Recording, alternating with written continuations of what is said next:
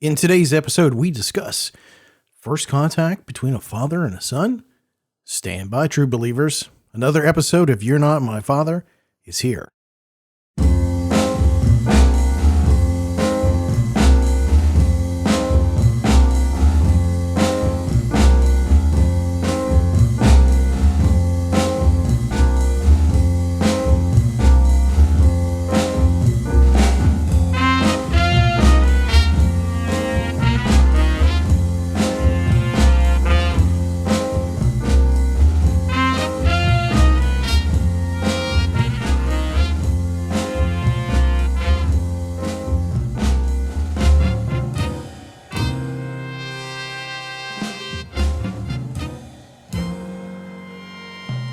Welcome back to You're Not My Father, the best family-friendly podcast from Alaska and this side of Anchorage.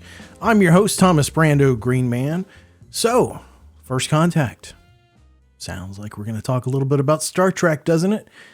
Well, no, and yes. Well, maybe. More specifically, this episode's really about my son, my first son. But wait a minute, you might be saying. I thought you had a son and just a son and a daughter. And you're right. But if you've listened to some of my more recent interviews, I brought up in them that the fact that I've got another son. And it was kind of a complicated thing, and we've never spoken. And so after those interviews, I've contemplated a lot of those types of discussions.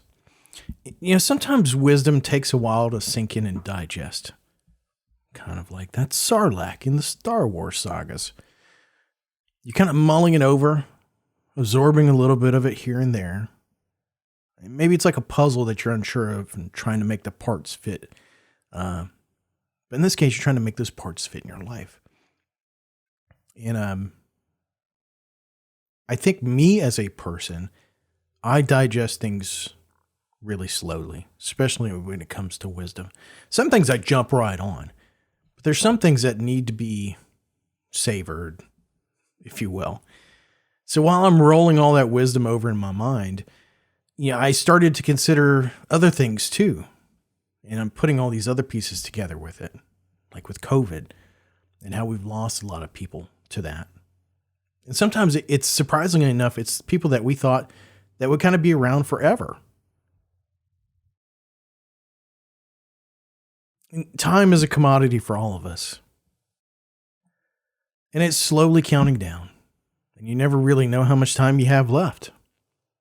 This was before all of COVID anyway. This wasn't just a COVID thing. So I made a decision to contact my son. And a few things went into that. What would happen if he lost his mother or his adopted father? What then? What would happen to him then? What would happen if something happened to me or one of his family? He'd never have the opportunity to know us. He's 17. He's almost out of school. Senior years are full of change. They go off and do the things that they're going to do. And it should be a choice to have a relationship with me. His choice, not mine. So I typed up an elevator speech of sorts as a way of saying, what I wanted to say in a short amount of time. So I had found him on Facebook. So I figured this would be the best way to put that difficult conversation out there. So an elevator speech is something that you use in business. Essentially, it's a concept that if you're in an elevator with somebody and you only have 30 seconds to describe yourself, what do you do, who you are, who you work for, that type of stuff. And I figured if I put it in a message like that, just something short, but with an explanation and some compelling reasons why he might want to communicate with me, that it was the best shot I had. And in 17 years, almost 17 years, I kind of waited and thought about what I would say. I had written things like blog posts and letters and all sorts of things, but were they for him or were they more for me?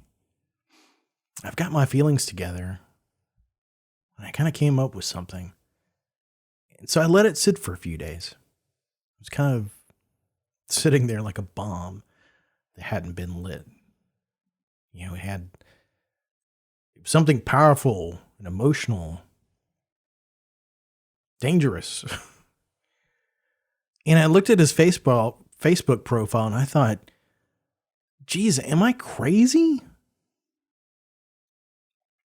Am I crazy to do this? Am I crazy to even think that, this has got a shot at all?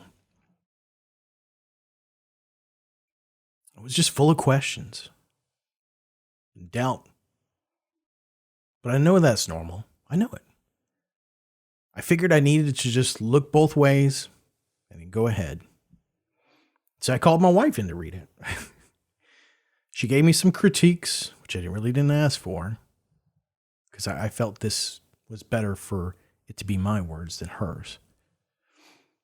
She didn't understand. I was like, honey, I'm asking you if I should send it. So we talked a little while about it, and then we started talking about our kids. And she made a good suggestion about talking to Sophia. I was like, you're right. You're absolutely right. So I called Sophia in, and I kind of started off with, you probably don't remember this, but, you have a brother that you've never met and I've never talked to before. And she was like, no, I remember. Yeah, I do. And we're like, are you sure? And so she kind of went off and started talking about more of the scenario. And sure enough, she obviously had remembered it. I thought it was a little strange because she says that, she doesn't have a good memory, but she really does. She's like me. She's got a good memory when she wants it. So I had the message copied and pasted in Messenger. The mouse was just sitting over send. And I was telling him, like, how anxious I was and how I felt like this was his choice, but I was scared of what would happen. And so here's a summary of what I said. And so I've omitted some of the personal details about the family and me, but this is basically the length and breadth of it. So here we go. I doubt you know me, but I'm your biological father. With all that's happened in the world in the past 2 years, I didn't want to wait any longer to write to you. If I were in your shoes, I'd have a lot of questions. At this point, I gave some details on the family and me. And then that section, I was like, but family is the most important thing to me. I wanted to talk to you for so long, but there's no precedent for this situation. I've asked for advice, prayed, I've contemplated this conversation so many times over the years. And the reasons why I haven't reached it out before now, they're complex and myriad, but it shouldn't be my choice. It should be yours. If you want to talk to me, I'm open to you in whatever way I can be it today, tomorrow, or years from now. There's no rush, no pressure, no expectation. It's completely up to you. But if and when you do, we'd welcome you with open arms. And at that moment, we were all sort of quiet. And Sophia pipes up, I'll send it. And she hits the send button.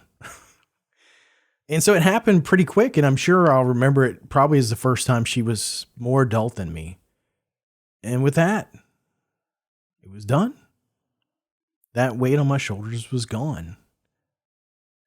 But it didn't take too long before it was replaced with another one. These questions, will he answer? Is he going to be mad?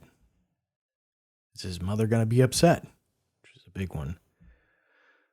And all sorts of questions and scenarios played out in my mind. But it was his choice. And if he called me a jerk and told me to stuff it, maybe that could change later. But whatever happened, I'd still welcome him.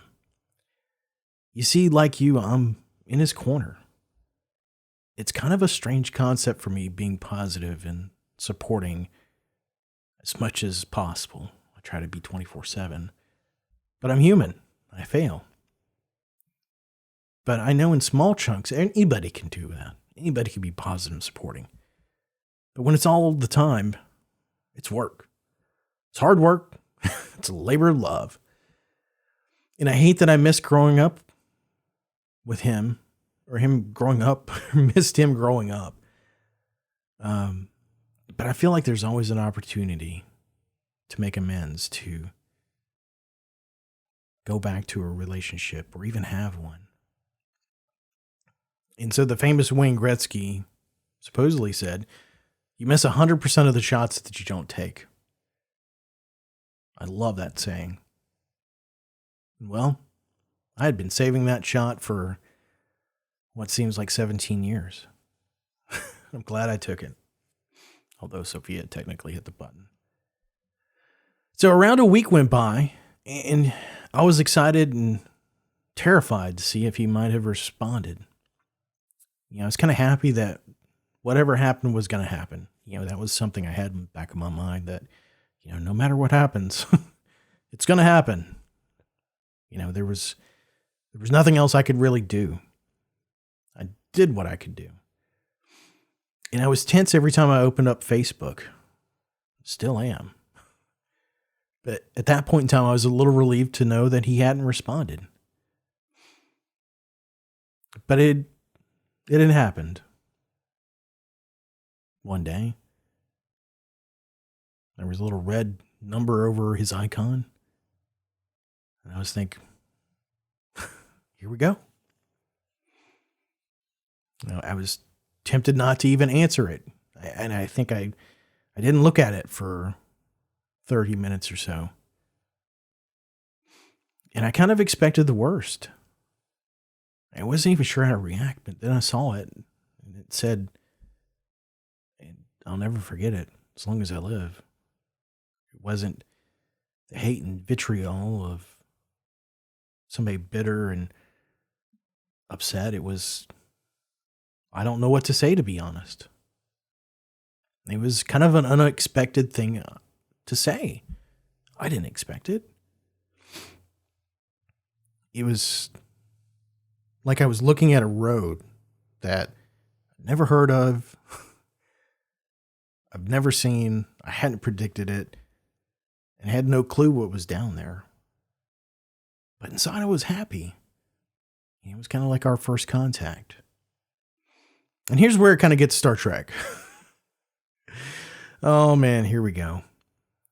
So first contact in Star Trek, typically they're always waiting until a civilization has achieved warp travel or is sufficiently advanced. And they go and make first contact with this civilization.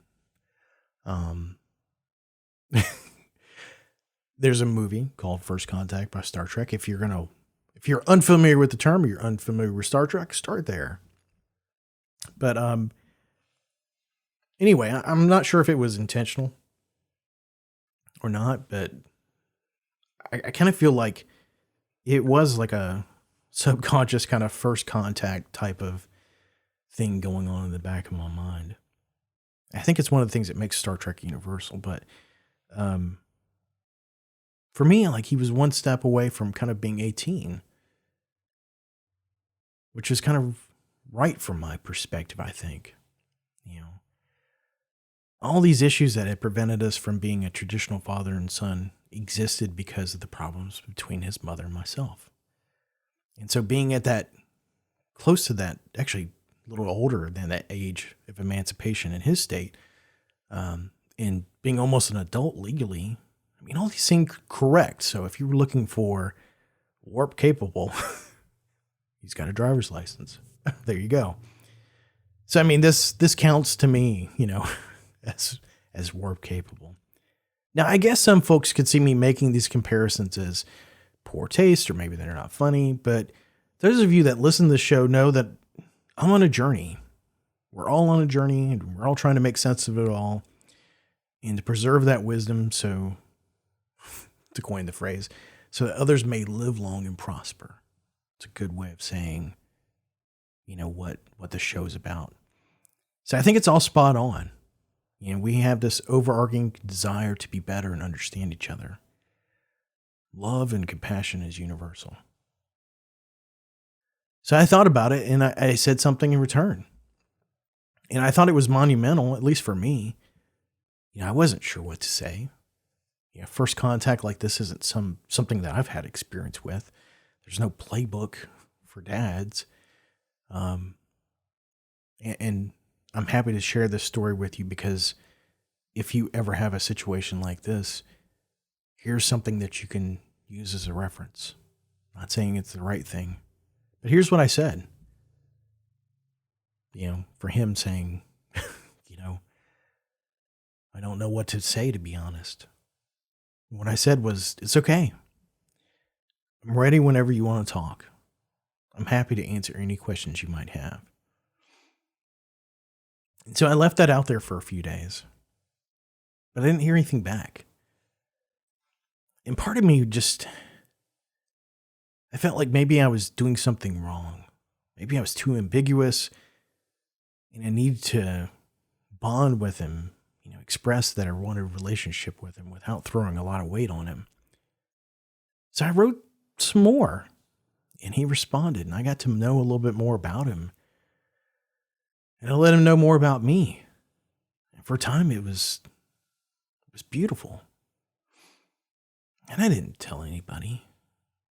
You know how these things go. You don't want to be like, well, things are so great, and then something bad goes on. And that's kind of where the story kind of gets a little bit more difficult for me. So eventually, communications kind of drop off. It's like 9 days. I'm not sure. I don't know. I don't know if I'm rushing things. I'm all just trying to use common sense. And I felt like maybe he wants to know more. So I thought maybe sending over some pictures and some info on the family. So I did this. I sent a couple of pictures of Conan. I was like, here's Conan. This is what he likes to do. And this is kind of who he is. And here's Sophia. And this is what she likes. There's some pictures of me and the rest of the family. And some pictures of my dad and my mother. Just trying to give him a sense of who we were. It was strange. As I'm writing out this script, speech, episode, whatever, I'm going back into Facebook and I'm looking to make sure that I'm checking my work, that what I'm saying is factual and I didn't overestimate or exaggerate something. And I'm looking back through the chat and I noticed that the messages he sent to me after, I don't know what to say, he unsent them. And I'm like, I don't know what that means, personally. I know what it means technically. But I wasn't sure, did he not want me to know these things, or I don't know. Communications are hard. Emotions can bubble up to the surface and there's no telling what could happen. I could speculate a lot of things, but it would be counterproductive. For now, I'm just going to give him time and space to process what's going on. I don't know. I know I just can't show up and expect everything to be amazing. Ultimately, it's his choice. It is. And I thought, what if he doesn't want to talk to me? I think that's okay. I can understand where he's coming from with that, if that's where he's at. But I also want him to know I'm still here for him. That's what I can do. If it takes days or years, if it's a long enough timeline, if I'm still around, I'll still be in his corner. Relationships are infinitely complex, especially if they're your flesh and blood. You've got to enjoy the great times and try to learn from the rest. And sometimes this first contact is problematic, as I've gotten to know. Just when you think you're doing everything right and then something happens, it's something in the way that we communicate or the way we act that gets mistranslated. And it may not be what you intended it to be. And I think about what my father would say if I told him about this. And I don't think the blood and guts routine that he would probably tell me about is going to work here. But I think about some of my other mentors, both in real life and in the fictional world, what they would say to me. And this is what I think that they would say. If you could pool their consciousness together, I think they would say patience. He'll come around. And if that's not the case, that's okay. It'll all be okay. You will be okay. Just be kind, be compassionate, be understanding. It's a gift to be kind, and it's more powerful than we could ever imagine. It affects people long after we're gone.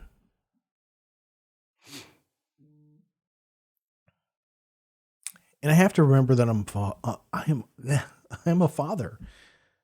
You know, the needs of the many outweigh the needs of the few. How many Star Trek references is that? In my case, the needs of my family outweigh my needs. The family that I have here, you know, they're my heart and soul. So if you've ever been in a similar situation, I'd love to hear your thoughts about it. I'm on Twitter a lot nowadays, believe it or not. I don't know how I got there. You can find me at that T Green Man on Twitter. So be sure to subscribe to us. Get your weekly dose of You're Not My Father. Remember, we're available wherever fine podcasts are bought, sold, and traded. Apple, Google, Spotify, Anchor, you name it, we're there, I think. If you found this podcast useful, give us a thumbs up.